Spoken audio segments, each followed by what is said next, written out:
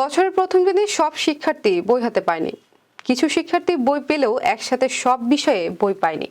বছরের প্রথম দিনে দেশের সব প্রান্তের সব শিক্ষার্থীর হাতে একযোগে নতুন বই তুলে দিতে না পেরে দুঃখ প্রকাশ করেছেন অন্তর্বর্তী সরকারের শিক্ষা উপদেষ্টা অধ্যাপক ওয়াহিদউদ্দিন মাহমুদ।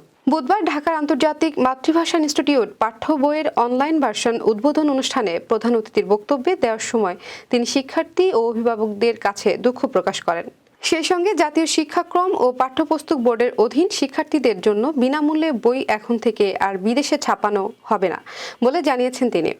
বই ছাপার ব্যবসাকে উন্মুক্ত ও সুশৃঙ্খল করা হবে জানিয়ে তিনি বলেন, এখন থেকে আর বিদেশে বই ছাপানো হবে না, দেশেই ছাপা হচ্ছে। উন্নত মানের ছাপা কাগজ ও মলাটের ব্যবস্থা করা হবে। এনসিটিবির পক্ষ থেকে জানানো হয়েছে, এবছর 41 কোটি বইয়ের চাহিদা থাকলেও 6 কোটি বই ছাপানো গিয়েছে। তবে জানুয়ারির মধ্যে সব বই ছাপানো আশ্বাস দিয়েছে প্রতিষ্ঠানটি। গত 5ই আগস্ট সরকার পতনের পর পাঠ্য বই শুদ্ধ বা পরিমার্জন করা হয়েছে জানিয়ে শিক্ষা উপদেষ্টা বলেন, দলীয় রাজনীতি নিরপেক্ষভাবে যেন বইয়ে থাকে সেইভাবে পরিমার্জন করা হয়েছে। বই বিতরণ নিয়ে ষড়যন্ত্র হয়েছে বলে দাবি করছেন শিক্ষা উপদেষ্টার অধ্যাপক ওয়াহিদউদ্দিন মাহমুদ। তিনি বলেছেন, কোন কোন জেলায় ষড়যন্ত্র করে বই বিতরণ আটকে রাখা হয়েছিল।